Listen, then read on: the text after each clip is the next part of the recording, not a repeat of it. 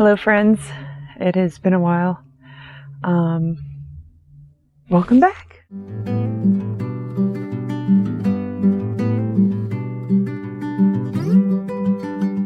So I know it's been like a few months since I posted a video, and there's a couple videos I actually want to post, updating, doing a whip parade and talking about what my plans are for next year.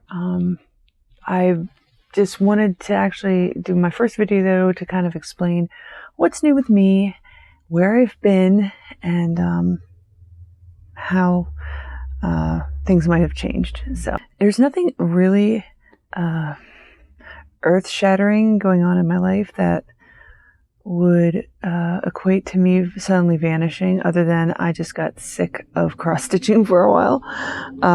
Around October time, it got to the point that I just didn't really want to do it anymore. I went out for my birthday, which is September 22nd is my birthday. I went and got some some new items, which I'll show in a different video. Just disclaimer, if you're here for cross-stitching, I am not doing any cross-stitching today. I am only talking about myself. So this is, I guess, a true vlog, and so that might be boring.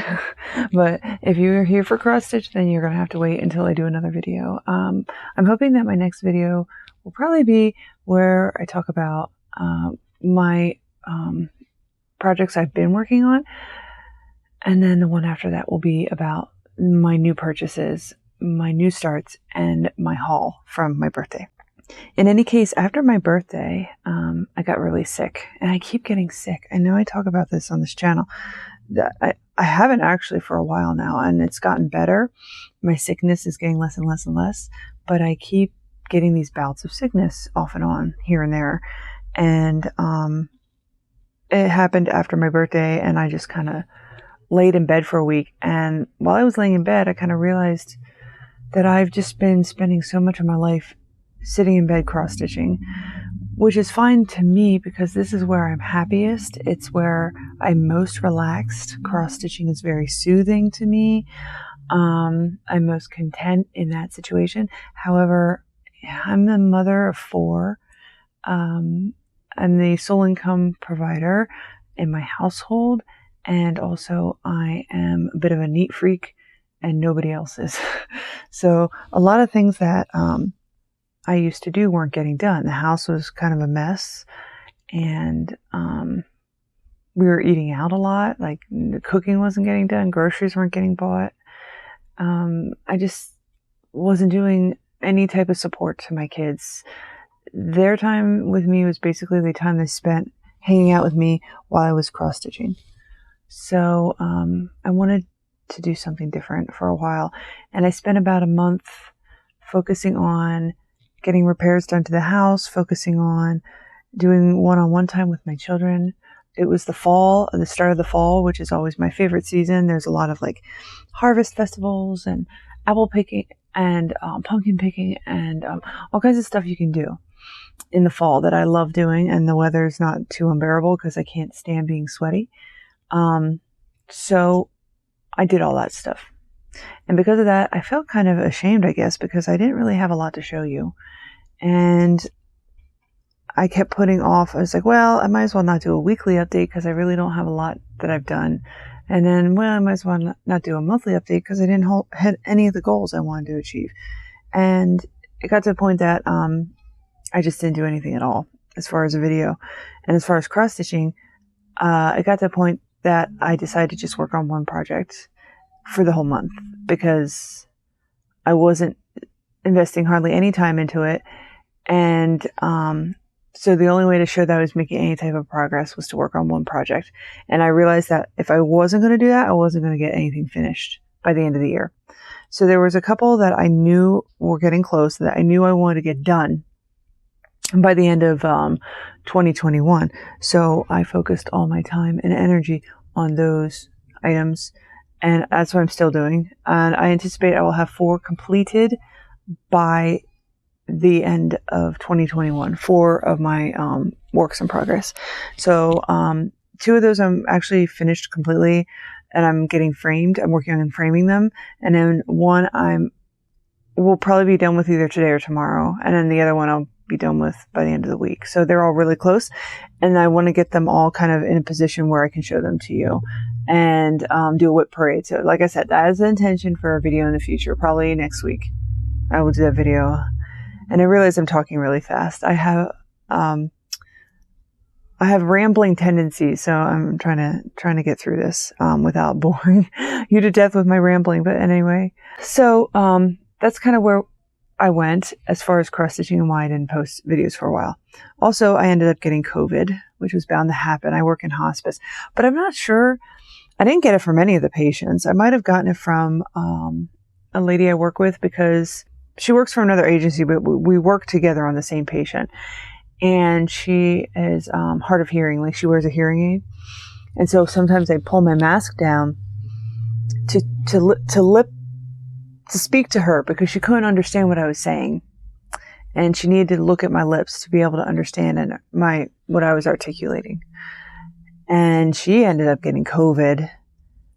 She told me she had a sinus infection, which should have been a red flag, but I was not really thinking that it was anything. I mean, it's been a while since I'm untangling my cord here. It's very enjoyable. Anyway, it's been a while since we've had any serious outbreak, I don't know. I just kind of figured the COVID scare is kind of going on the wayside. Like, mask bans are lifting and all that. Everyone's getting vaccinated and all that.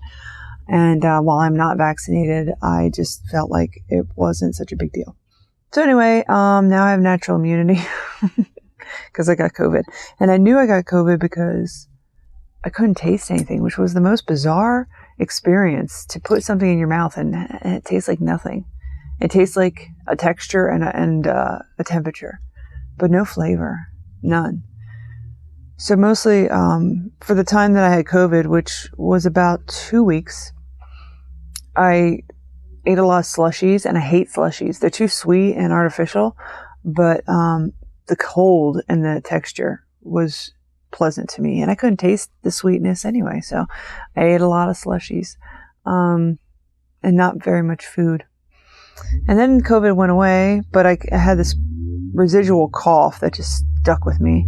And then my husband got it. My son, little Lincoln, got sick for a little bit, but I don't know if he got COVID, because he got over it pretty quickly. And then my husband got COVID, and he's still coughing. It's been like a month, and it's still like this cough won't go away. He just keeps coming back. So he's trying to take some vitamins and stuff to help purge it from his system. But anyway, so that's most of November in a nutshell, or the beginning of November, and then we go into December. And it was my intention to make these videos so many times, probably in the past 2 weeks, but I just keep putting it off because it's so much to go over. And getting the ball started, I was procrastinating. Honestly, I was just procrastinating. So, I'm still doing my thing, still cross-stitching. It's just that the video making I was procrastinating on. But things have kind of changed with my husband and I. We've had a new perspective on our situation. And I've been doing a lot of videos, watching a lot of videos and doing a lot of research about this. But I have told you before, and I've talked about it on my channel before, that my youngest son has autism. Lincoln is 2.5. He only says about 5 words.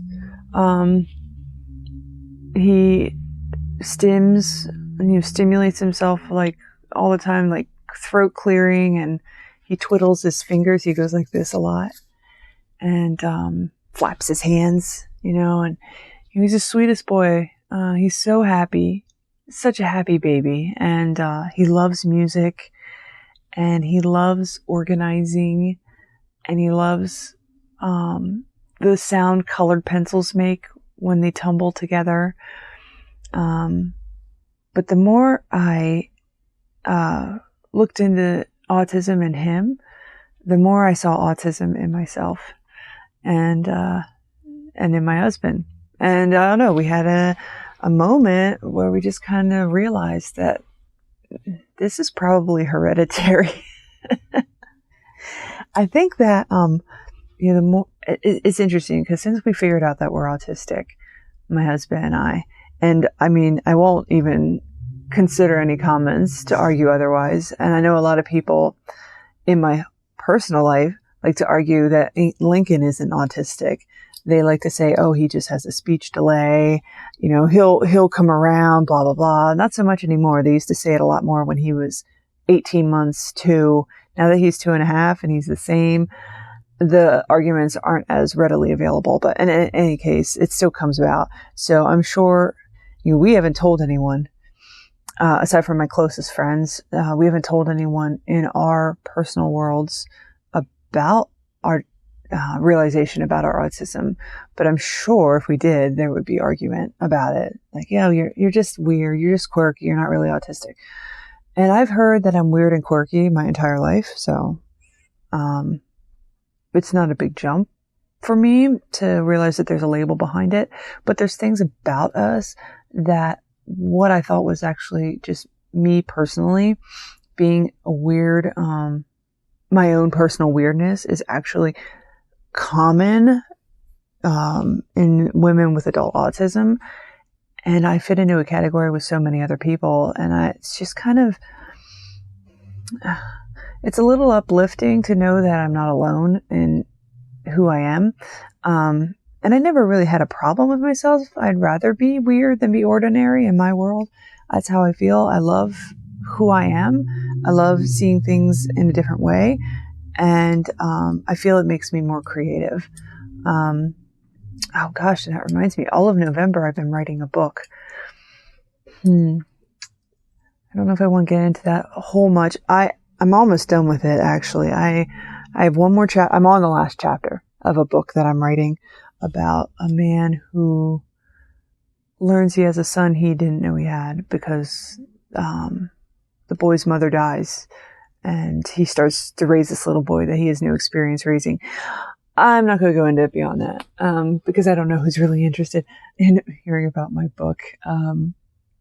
But anyway, I'm almost done writing it. So that's another thing that's really been taking up a lot of my time in November because I was doing the NaNoWriMo, the National Novel Writing Month. I've done that before. I wrote another book during NaNoWriMo, but I didn't really connect with it the way I connect with this book. This book is definitely probably my best work. And I'm going to go back and do the monster haul of edits next. So there's not much more I'll be doing with it. But if I make any progress with it, after I do the edits, I'm going to let my peers read it, some of my friends and my husband. And if there's potential in it, I might look to possibly having it published. And if that happens, I'll let you know. But I've been through the publishing world. I did have a short story published once, but other than that, I've had so many rejections, and with good reason. In hindsight, like most of the things I wrote was crap. But in any case, I've had so many rejections that I have low expectations of ever getting anything published, and that's fine. I don't write for the sake of becoming the next J.K. Rowling or, getting rich off of it, or even having it be a source of income. I just write for my own satisfaction as a way to explore my own imagination. So anyway, that was a way, I digress. I was a whole rabbit hole right there that I went down. But in any case, so I started to do some research about adult autism, and I can't even tell you what exactly made me think that it's a possibility, except that I think I saw a YouTube video from another mom who said that after she found out that her daughter was autistic, she started to do some looking into herself, and it kind of made me start to reflect. And it's interesting because at first I thought, okay, yeah, I'm a little quirky, maybe I'm a little autistic, but then I started to really see things that I was masking, not only to others, but to myself, things that I just kind of looked past or ignored, and didn't really sit down and analyze from a third person perspective to realize that I am a lot more autistic than I ever thought I was, or ever thought I could be. And I actually have a list of things, traits that I can go over. So let me do that. Anyway, yeah, in my lovely journal, which actually I'm getting near the end of, this little bit here is the last, like, see, this is the last of this journal, but look how fat this boy is. And it's heavy. It's got to be like maybe 3 pounds. And it's all, just stickers, decorating, and journaling. So anyway, this makes me happy. Holding this book makes me happy. Smelling it. That's one of my autistic things. I like to smell books and glossy, print, like, election cards. We get those big postcards about elections, in the mail. They always smell really good.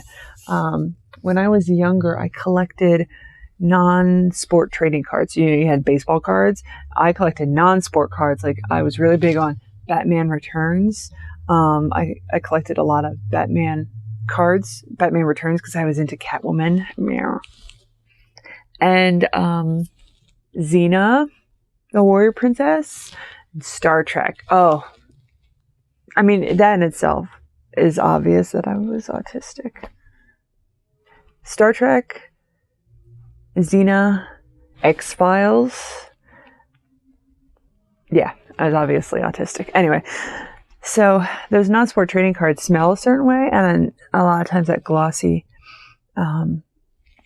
printed paper smells that way too. So I'm often sniffing my books and my magazines and the stuff I get in the mail. So I actually looked at the DSM diagnosis for autism, which is the medical diagnosis. You have to have 2 out of 4 criteria in the DSM, bullet pointed criteria to be able to be eligible to be diagnosed for autism. And I have qualities in every single area, every single bullet pointed criteria. I think there's 4, and I have all of them. So here are some of my quirky autistic traits. So I get very obsessive compulsive about cleaning. If something needs cleaned and I notice it and I want to clean it, I have to do it right away. I was at a brunch for the ladies at church. And let me tell you, that was socially awkward for yours truly. I am in no way able to conform or fit into a standard woman role. So when you put me in a room with 6 other women that are very much Christian wives, I stuck out like a sore autistic thumb. So, but in any case, I went to this function and I'm glad I went, and I'm not, even though it was the most uncomfortable thing, I'm going to keep going because I need to keep up my social integration. I said that so fast, social integration, because of, I have a strong desire to just stay in bed all the time and hide away from the world. And that's not healthy for anybody. And I will just become more and more weird because I'm going to be around all the people who I can be normal with and not mask my weirdness around. And then I won't know how to pretend I'm normal. And I need to be able to pretend I'm normal because I still work in a social setting with other people that need to not think I'm weird. When I was at this social brunch, everyone had a plate of food, and I ate a little bit, but I mostly only eat string cheese. That's my go-to as far as meals, and sweets, but not a lot of sweets. I like candy, like Nerds, orange slices, those gummy candies, fruit snacks. I like fruit snacks, Gushers, stuff like that. And string cheese. And that's it. And then diet ginger ale, but only Schweppes. I don't drink Seagrams or Canada Dry. I'd rather just not drink anything at all. And I drink iced coffee, but only the iced coffee my husband makes because he makes the best iced coffee in the world. So they just got done eating brunch and they were all like hanging out at the table. I stood up because my butt starts to hurt when I sit on wooden chairs for too long. I have like bones. I mean, don't you guys have bones in your butt? I have these bones that they start to hurt when I'm sitting on chairs too long. They start to hurt. So anyway, I was sitting on the chair too long. My butt was starting to hurt, so I was standing. And I was standing there, and they're all like, "Oh, sit down." Oh, because they don't like me hovering, and I'm just like, "Please, just let me stand here because my nose itches a lot right now." Anyway, please just let me stand there because I don't want to sit on the hard chair that makes my bony butt hurt. I didn't say that, but I was like, no, it's okay. I'm fine. Thank you. Anyway, they all had these plates that they had eaten all their food and their plates were empty and they all had their forks and their knives on the plates and they just had them sitting there. And my God, did I ever want to just take all those plates out to the kitchen? And I kept looking at them and counting them. I do a lot of counting in my head. Like every time I go up steps, I count the steps in my head. And counting seconds till something's done, counting down the microwave as it's timing down. I do a lot of counting. I bet you didn't know any of this about me, did you? Because I am good at hiding this even from myself. So there's been a lot of self-discovery in these past couple of weeks. But in any case, I was counting the plates. I was staring at the plates. I was fantasizing about collecting the plates and taking them into the kitchen because it was all I could do to keep myself from actually taking everyone's place. It was not in my place to do that because it wasn't my house. And it would have been weird. And I know it would have been weird, so I was trying not to do it. But I really, really, really wanted to. Well, then eventually when they decided to start getting up and collecting the things to take it out to the kitchen, I said, "Oh, let me get all the plates." So I did get it. I did get that opportunity at the end, but I had to wait until everyone was done eating and until it was socially acceptable to do that. So that's an example of like how my obsessive compulsive need to clean kind of overtakes my thought process. And that doesn't mean that I'm a neat freak by any means. You should see this room, but it just means like certain things, if I notice it and I want to clean it, it's all I could do not to clean it right then and there. Like to act on that impulse, that desire to clean it right now. So that's an example. That is a really good example of like my mentality and how things run through my mind.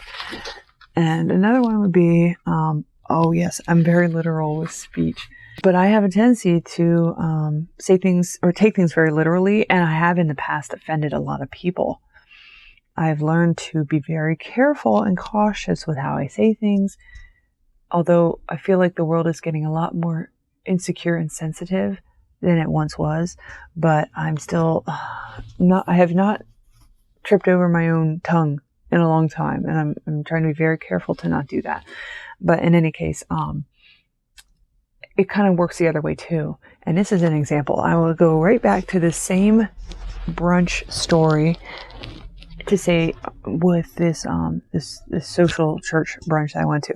Another thing they did was a white elephant gift giving thing. And apparently there's more than one rule to this. I thought there was only one way to play this game. There's like a very complex game process that I didn't even know anything about that some people play. But in any case, when they said to do the white elephant, they said just find something around the house. Don't go out and buy anything. Just pick up something that you have laying around and let that be your gift.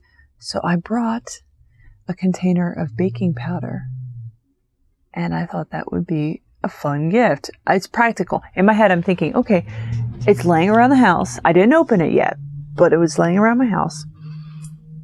And somebody might actually use it. So it's better than just packing some piece of junk, like a bookend with a turtle on it, or something. I don't know. It'd be better than packing something that somebody isn't going to use. Everyone at some point in their life is going to use baking powder.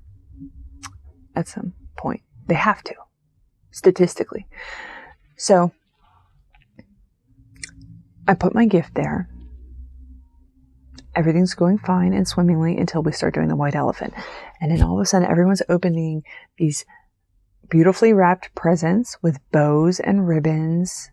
I mean, I stuffed mine in a gift bag that I happen to have laying in the house that I kept, I think, from last year. But everyone else is like these.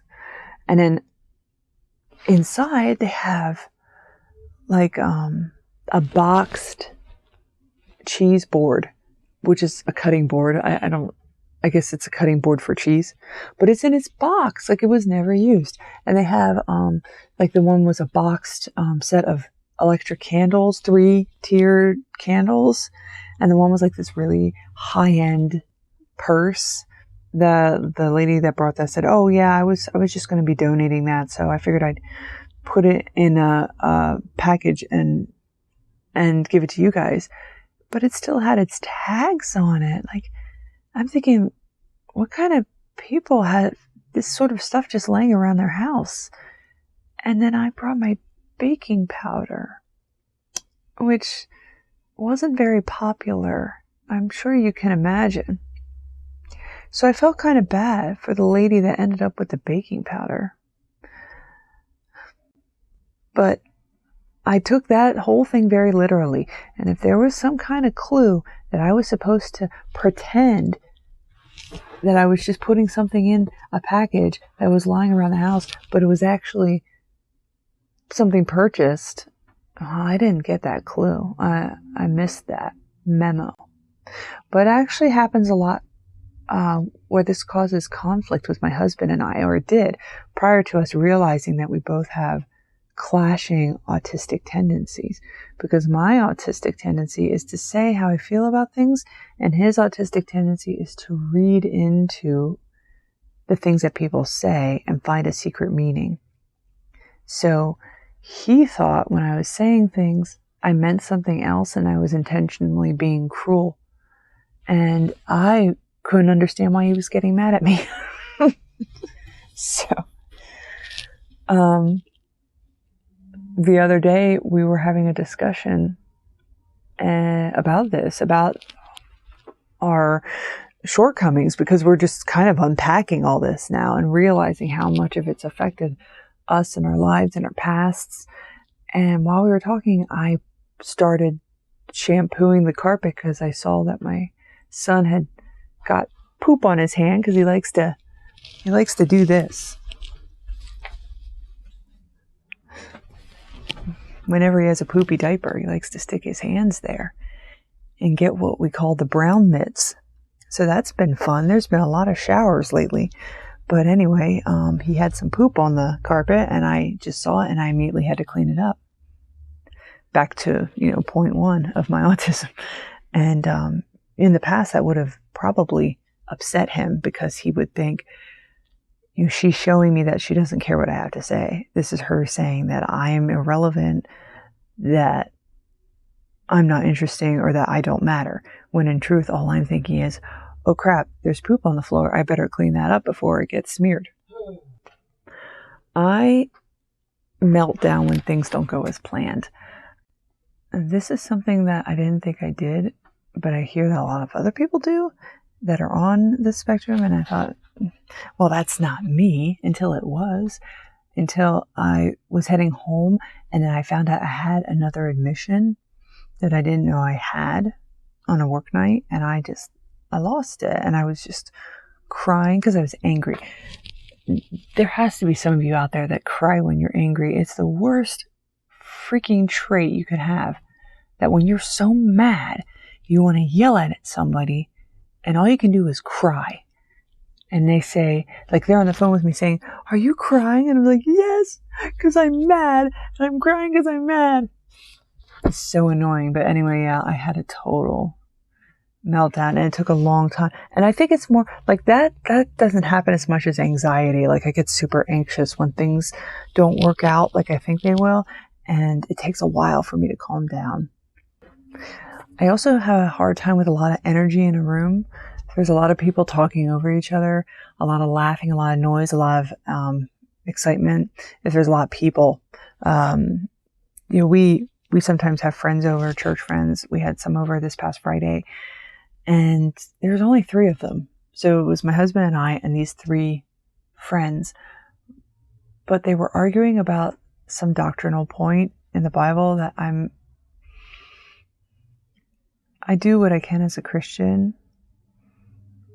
but I don't debate the finer points of what a word means in a verse. I'm not interested in doing that. And some people are, like our friends. And it was getting, I don't want to say heated, but they were kind of talking loudly towards each other. And I tried to go into the other room to kind of still be a part of it, even though I was sitting 20 feet away doing my cross stitch, because I was cross stitching to try to calm myself down. But it just got to be too intense, and I had to come upstairs and hide in my bed. And I texted my husband and I said, I'm sorry. I had to get away. Fortunately, he's more forgiving. He doesn't have a lot of the problems that I have. I think, you have normal person, and then I'm down here, autistic person, and my husband's kind of somewhere in the middle. And I think a lot of the qualities he has are the ones that my son has. And that's why I noticed them so much in him, because a lot of the things that I have issues with, like my social deficits and my anxiety and my obsessiveness, my other kids seem to have. My 3 older ones. And I don't know if it's because they're slightly autistic or because they've just lived with me their whole lives and they picked up my personality traits. It might be the latter, because otherwise they're pretty functional. But my youngest one, he's definitely more like his dad, and that's why it kind of stuck out like a sore thumb when he started to act autistic. I don't like to be touched a lot, especially if I don't want to be touched and the touching keeps occurring. It makes me like, get off me, I can be a very loving person, a very affectionate person, but only in my terms. When it happens, when somebody else forces it on me, like my older son likes to hug me and not let go. He thinks it's hilarious because it drives me batty. And it's like, I get so stressed and anxious the longer he holds on to me, especially if I'm in my I gotta clean right now phase, and he grabs me and won't let go. And it's like my mind's like, no, you gotta go, you gotta go, you gotta go, you gotta finish this, you gotta finish this. And he won't let go of me. Makes me crazy. I also have a lot of issues with touching textures, like sticky stuff on my hands. I hate it. Greasy stuff on my hands. Like my hands must be clean. I don't like gummy things like those squishy stress balls. I like plush, like furry things, soft things, warm, pillowy things. So touch and smell are huge for me. I don't mind so much with foods. No, I shouldn't say that because all I eat is string cheese. One of the symptoms of autism is like time demanding hobbies, which cross stitching is definitely one. But my hobbies is like my journal, and cross stitching, stickers. I love stickers. Stickers are visually satisfying to me. Like, who wouldn't love, like, look at this. That's very satisfying when I have all my stickers kind of laid out in an artistic way. I really like stuff like that. Visual beauty. I love beauty. Smells. Auditory, not such a big deal. And other sensory, like music and stuff. I do like music, but it's not like, it doesn't satisfy me the way this does, or the way like smelling. This doesn't smell like anything. And that's the thing, like COVID really took half of my scent away. Those subtle glossy smells on paper, I can't really smell very well anymore. I'm hoping I'll get it back one day. But even like my son's dirty diapers, I can't smell when he's poopy. So we get a lot of brown mittens, you know what I mean? So hopefully I'll get that back soon. But yeah, I have a lot of time demands, with my hobbies, and that's fine.